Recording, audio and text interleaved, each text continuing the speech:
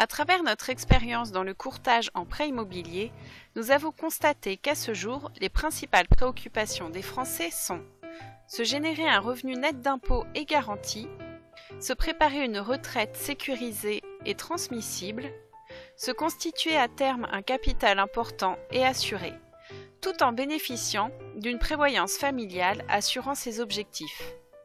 L'investissement locatif peut répondre à ces préoccupations tout en vous assurant le meilleur rendement de votre épargne sur le court et moyen terme. Nous allons, à l'aide de cette vidéo, vous expliquer notre manière d'appréhender cette mécanique financière et immobilière et vous montrer les avantages que vous pourrez en tirer. Une fois par an, vous devrez remplir un compte de résultat, une 2044. Elle se présente ainsi. Vous allez déclarer un ensemble de charges, les intérêts d'emprunt, les frais réels de gestion, les éventuels travaux effectués, la taxe foncière, qui vont définir la somme des charges. Vous allez également déclarer des produits, à savoir les loyers perçus qui seront ici égales à la somme des produits. Si la somme des charges est supérieure à la somme des produits, l'opération va générer un déficit foncier. Ce déficit foncier est limité à 10 700 € par an. Au-delà, le déficit est reportable sur le revenu foncier des 10 années suivantes. Votre revenu imposable global va, en conséquent, baisser, ce qui va avoir un impact sur la diminution de votre impôt sur le revenu. Nous nous trouvons donc ici en présence d'un gain fiscal qui financera une partie de l'opération. Si, en revanche, la somme des produits est supérieure à la somme des charges, l'opération va générer un revenu foncier.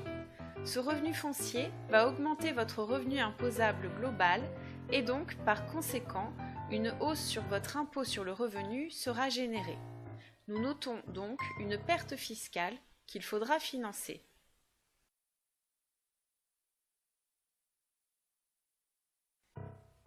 Afin de pouvoir gérer cette opération au mieux, vous allez devoir ouvrir un compte de gestion exclusivement destiné aux opérations correspondantes à votre investissement. Sur ce compte de gestion, nous allons trouver vos remboursements de prêts. Prenons un exemple d'une mensualité de 500 €. Ces remboursements seront prélevés sur ce compte de gestion. Les loyers perçus, par exemple 400 €, seront virés sur ce compte. Les charges relatives aux frais réels de gestion, nous les estimerons ici à 100 €, représentent également une opération débitrice. Nous allons définir l'épargne que vous devrez mettre en place. Prenons les loyers, moins la somme du remboursement du prêt, plus les charges de gestion locative. Nous devrons donc effectuer une épargne de 200 €. Maintenant, sur ces 200 € d'épargne, nous allons réinvestir le gain fiscal pour financer une partie du projet.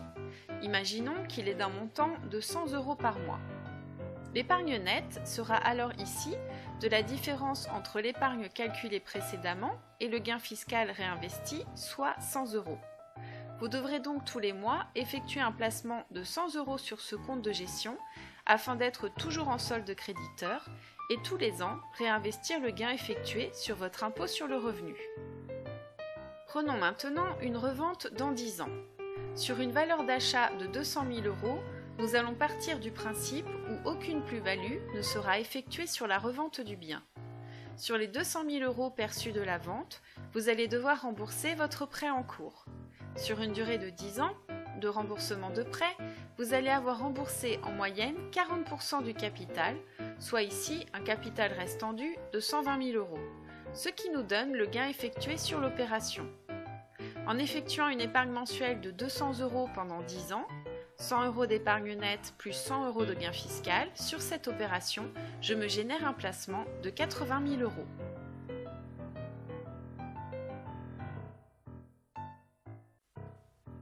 Calculons maintenant le rendement de ce placement. Le calcul est simple.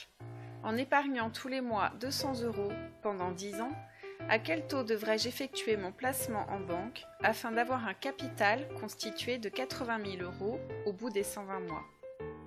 Il est ici de 21%, un rendement bien plus intéressant que tout autre support de placement. Si vous souhaitez vous aussi effectuer une étude gratuite et vous faire accompagner sur ce type d'investissement, n'hésitez plus, contactez-nous.